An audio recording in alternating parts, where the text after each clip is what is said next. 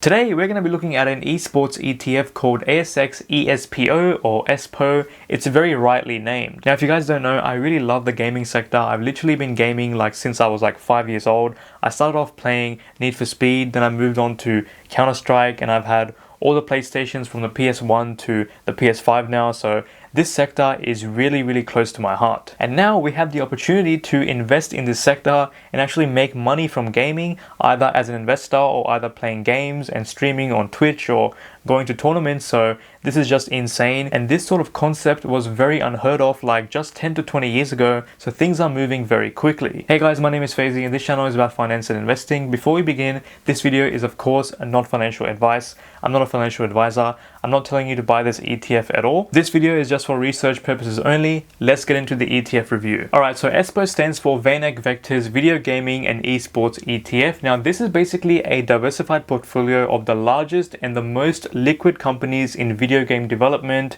esports, hardware and software companies as well. So you do get quite a mixed bag of companies, not just the esports space, and you're getting a pretty decent picture of gaming overall. And the good thing is that this ETF is domiciled in Australia, which just makes our tax time a lot easier because you don't need to complete a US tax form, so it just makes our lives just a tiny bit easier. Now, the inception date was September 2020, so the ETF actually hasn't been running for too long at the moment. We'll check the returns in just a second, but the actual index that this ETF is tracking has been around for quite a while. Because this ETF is basically tracking that index, so it may be worthwhile to just jump straight into looking at that index. Because the share price just on its own won't tell us too much because it's been less than a year. So currently the ETF pays a dividend of once per year, so don't worry about this too much because this ETF is mostly for that long-term capital growth, and as the trend of esports and gaming continues, this ETF should see a lot of growth. It's not too much of a dividend-based ETF, so if you are looking for dividend ETFs, you can probably have a look somewhere else. The management fees are 0.55% per year, so basically you're going to be paying around $55 per $10,000 invested. Now, these might seem a bit higher to other broad market ETFs like IVV, which tracks the S&P 500, or A200, which tracks the ASX 200 index. Now, just keep in mind that this ETF is a thematic ETF, so usually investors won't be buying a huge portion of their holdings in this ETF. Those investors might buy a little to get that exposure, but overall their portfolio will be based on that broad market ETF. So effectively the fees won't be having too big of an effect on their overall portfolio, but just keep in mind that the fees are just a small aspect of an ETF. It's better to actually look at what the ETF is tracking because ultimately that's what's going to deliver you the growth, and with this megatrend that's going to continue, it may be worth paying the fees. Jumping into the returns for this ETF, the year-to-date return sits at somewhere around that 2% mark. But if we look at the return since inception, it is sitting at roughly around 13.27%, and that's a return of less than 1 year, so it's definitely good by no means. And as mentioned before, it's not as accurate because it is less than 1 year, but let's have a look at the actual index that this ETF is tracking to get a closer look. So the proper index that this ETF is tracking is the MVIS Global Video Gaming and Esports Index. And as you guys can see, the change in the index was about 47% in just 1 year, which is just insane. If we have a look at a 3-year time frame, the return is roughly around 114%, which is just insane. And once again, if we just have a look at the growth since the inception of this index, the growth has roughly been around 570%, which is pretty insane. Now this is all well and good, but let's have a look at the compounded annual growth rate of this ETF, which is basically the annual return you would have gotten effectively. So to calculate this, I've got the KGR calculator right here, and we're going to do this together, and hopefully you can learn a thing or two. Hopefully this can be pretty helpful for you guys. So let's have a look at a 5-year time frame for this ETF just for reference, and we can see that 5 years ago the index was valued at somewhere around 1492. So in this calculator, let's just put down 1492 as the starting value, and then currently it's sitting at somewhere around that $7,000 mark. Well, let's just call it 6759 to be conservative. Let's not go with the 7K. 6959 it is. So let's just put that in right here. Right. So now this graph is of course for 5 years. So we're going to make the time frame in years, 5 years, and this will basically work out a rough annualized return for us. So after we calculate this, we can see that the annualized return has been 35.28% per year, which is just literally insane, right? Of course, you couldn't invest in this ETF 5 years ago because it didn't really exist, but it just shows you the power of this ETF and this industry and how fast it's been growing, because a return of 35% per year compounded is just insane. So what that means is that if you invested $100 theoretically 5 years ago, your investment would have grown by roughly around 35%. So we can do a quick calculation right here. So your investment would have gone up by 35 bucks. Then again, second year, third year, fourth year, and fifth year. So basically you would have roughly 4.5x your money, which is just insane, and it just shows you the power of compound interest. So that's really insane because this basically beats any economy out there in terms of historical returns, whether it be the US or Australia. But of course, just keep in mind that these are just past returns. We can't really expect to see such returns like this moving forward, at least not to that extent. But you can just see how insane this trend actually is. But guys, just for fun, let's have a look at the compounded return for the ETF since inception. So once again, we're going to go to the graph right here. We're going to select inception, and hopefully once this finishes loading, we can have a look. So the starting value of the ETF was 999. So let's just call it 1000. So I'll just chuck that in right here.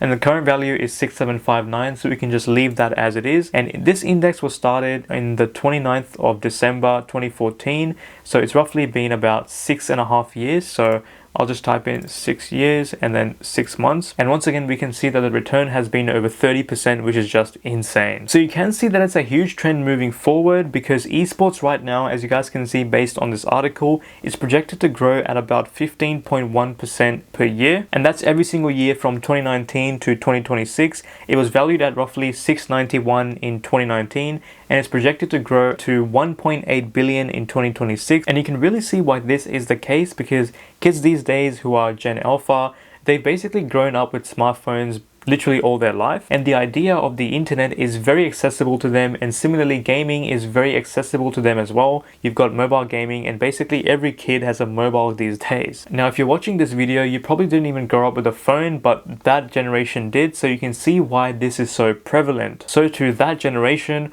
watching esports is like watching normal sports. It's a very normal thing, and it's just entertainment. And personally guys, I can really vouch for that as well, because I often prefer watching esports than watching actual gaming. I love watching the League of Legends tournament that happens every single year, the Worlds tournament, which is the global tournament between all those teams.